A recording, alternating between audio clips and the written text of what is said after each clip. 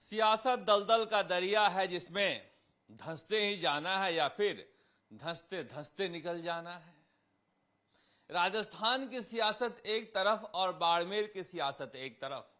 BJP के लिए 24 उम्मीदवारों से ज्यादा 25वां बाड़मेर के निर्दलीय उम्मीदवार रविंद्र सिंह भाटी इतना महत्वपूर्ण क्यों हो गए हैं, ये समझने की जरूरत है। और जिस तरह से आज सुबह से इंटरनेट पर आग लगी हुई है और सुबह सुबह ट्रेंड कराया जाने लगा कि रविंद्र सिंह भाटी एंटी इंडिया है, शाम होते होते रविंद्र सिंह भाटी के समर्थकों ने मोर्चा संभाला और उससे 3 गुना ज्यादा ट्रेंड करा दिया कि जीतेगा तो भाटी ही। मगर यह मसला क्या है? जिस राष्ट्रवाद की बात करते रविंद्र सिंह भाटी चुनाव में वोट मांग रहे हैं, वहीं पर बीजेपी की घेरने की रणनीति क्या है? बीजेपी इतना चपल, इतना चतुर, इतना एक्टिव अगर पूरे राजस्थान में रहती सोशल मीडिया पर, तो मुझे लग रहा है कि और अच्छा मुकाबले में नजर आती। मगर रविंद्र सिंह भाटी के लिए जितना मेहनत की है बीजेपी ने, एक बात तो साफ हो गई है कि जैसा लोगों में चर्चा है कि बीजेपी चाहती है कि या तो कैलाश चौधरी जीतें या फिर उम्मेदवार जीत जाएं, रविंद्र सिंह भाटी न जीते। उसकी कई वजह हैं जो पहले भी मैं चर्चा कर चुका हूं। मगर आज एक तस्वीर जो है वो तेजी से वायरल हुई, जिसमें लंदन में एक प्रोफेसर देवेश आनंद से मिल रहे हैं रविंद्र सिंह भाटी। वो देवेश आनंद, जब धारा 370 हटाया गया था तो एंटी इंडिया और कश्मीर के बारे में आपत्तिजनक पोस्टर लेकर खड़े नजर आए थे। अब उस पोस्टर को निकालकर, जो एंटी इंडिया पोस्टर था कश्मीर को लेकर, जो उनकी राय थी वो एंटी इंडिया राय थी देवेश आनंद की।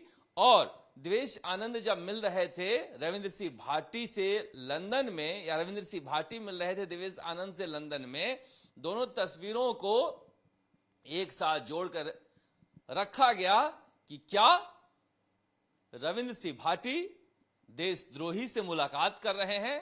इनकी फंडिंग को लेकर सवाल उठाया गया कि आखिर इतना पैसा कहां से आ रहा था रविंद्र सिंह भाटी को चुनाव लड़ने के लिए।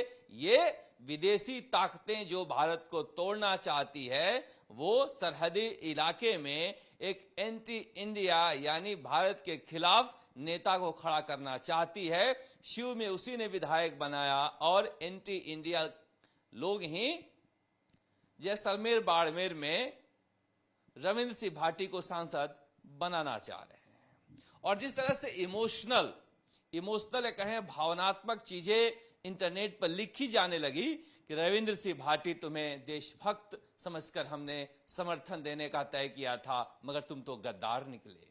तरह तरह की बातें रविंद्र सिंह भाटी के बारे में लिखा जाने लगा और कैसे समर्थक छिटक रहे हैं उसके बारे में एक मनोवैज्ञानिक लड़ाई होती है इंटरनेट पर, उसे भी शुरू कर दिया गया। और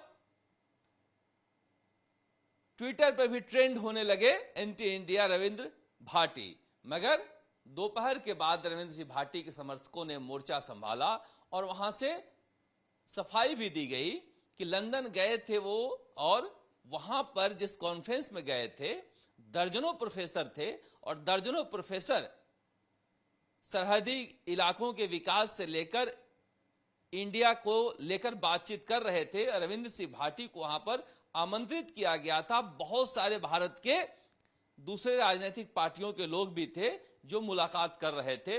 अब रविंद्र सिंह भाटी को क्या पता, किसी के माथे पर तो लिखा नहीं है कि वो एंटी कश्मीर है, क्या है। वो तस्वीर खुद रविंद्र सिंह भाटी ने सोशल मीडिया पर साझा किया था, यह कहते हुए कि सरहदी इलाकों के विकास को लेकर चर्चा हुई। अब वो तस्वीर भारी पड़ गई है। बीजेपी की सोशल मीडिया टीम, या फिर एक सोशल मीडिया टीम के अलावा एक सरोगेट टीम भी होती है। सरोगेट मतलब जो सीधे सीधे आपको ऐसा नहीं लगेगा कि ये किसी पार्टी से जुड़ी हुई है, मगर उसी के नाम से या उसी की तारीफ करते हुए एक पेज बना लिया जाता है और उससे हमला होता है। तो रविंद्र सिंह भाटी पर जिस तरह से अचानक से हमला हुआ है, यकायक तो लगा कि रविंद्र सिंह भाटी के समर्थक मायूस होकर बैठ जाएंगे, क्योंकि देखिए ये बड़ा गंभीर आरोप है और इस आरोप से कोई दूसरा प्रत्याशी होता तो हिल जाता। मगर रविंद्र सिंह भाटी अभी मोर्चा संभाले हुए हैं और लगातार सफाई दे रहे हैं।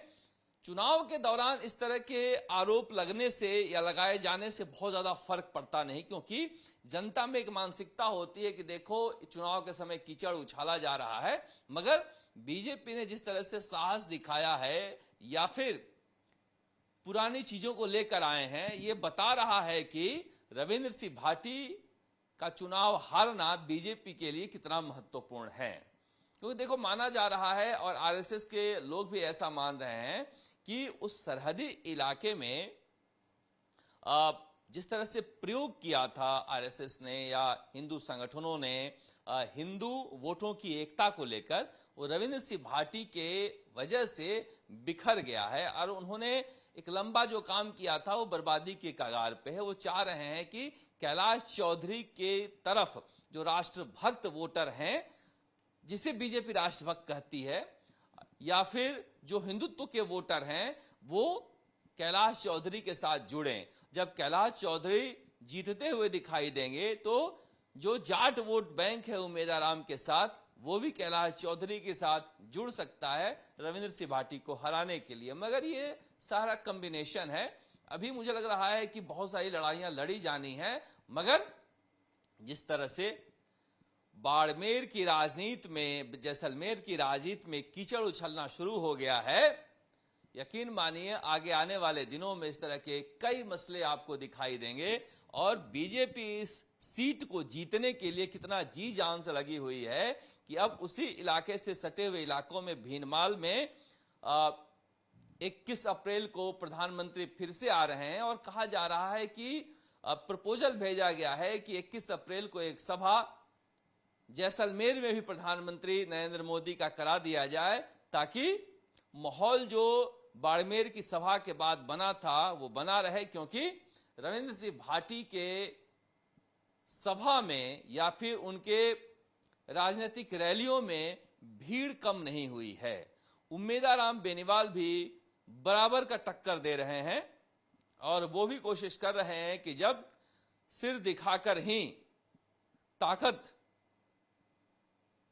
को दिखाना है तो फिर हम कम ना रहें। मगर मुझे लग रहा है कि रविंद्र सिंह भाटी के लिए ये बहुत महत्वपूर्ण मोड़ है जब वो सीखेंगे कि राजनीति में कैसे कीचड़ उछलता है और फिर वो क्या सफाई देते हैं, क्या उस सफाई से जनता संतुष्ट होती है। ये भी एक बड़ा मसला है, क्योंकि मसला यही उठाया गया है कि ये फंडिंग रविंद्र सिंह भाटी के लिए विदेशों से आ रहा है, जो अरविंद केजरीवाल के समय उठाया गया था। इन सब मुद्दों से क्या वहां के लोग रविंद्र सिंह भाटी का साथ छोड़ेंगे या फिर रविंद्र सिंह भाटी के साथ और मुस्तैदी से जुड़ जाएंगे, हमारी नजर रहेगी। आप देखते रहिए चुनाव आज तक। नमस्कार, जयपुर से शरद कुमार।